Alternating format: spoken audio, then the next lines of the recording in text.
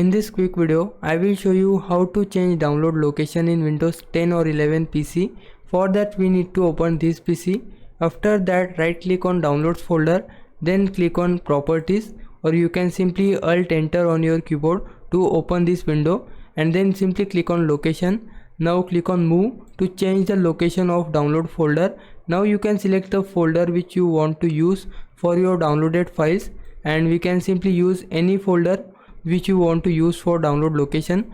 After that click on the drive you want to use for download, then click on select folder, and now you can see my download location has been changed. To apply it, we just need to simply click on apply, and now you can see a window has been popped in front of me where you can see, do you want to move all of the files from the old location to the new location?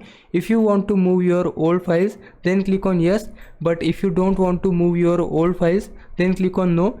I don't want to move my old files to new location. For that I will simply click on no, but if you want to move your old files, then simply click on yes.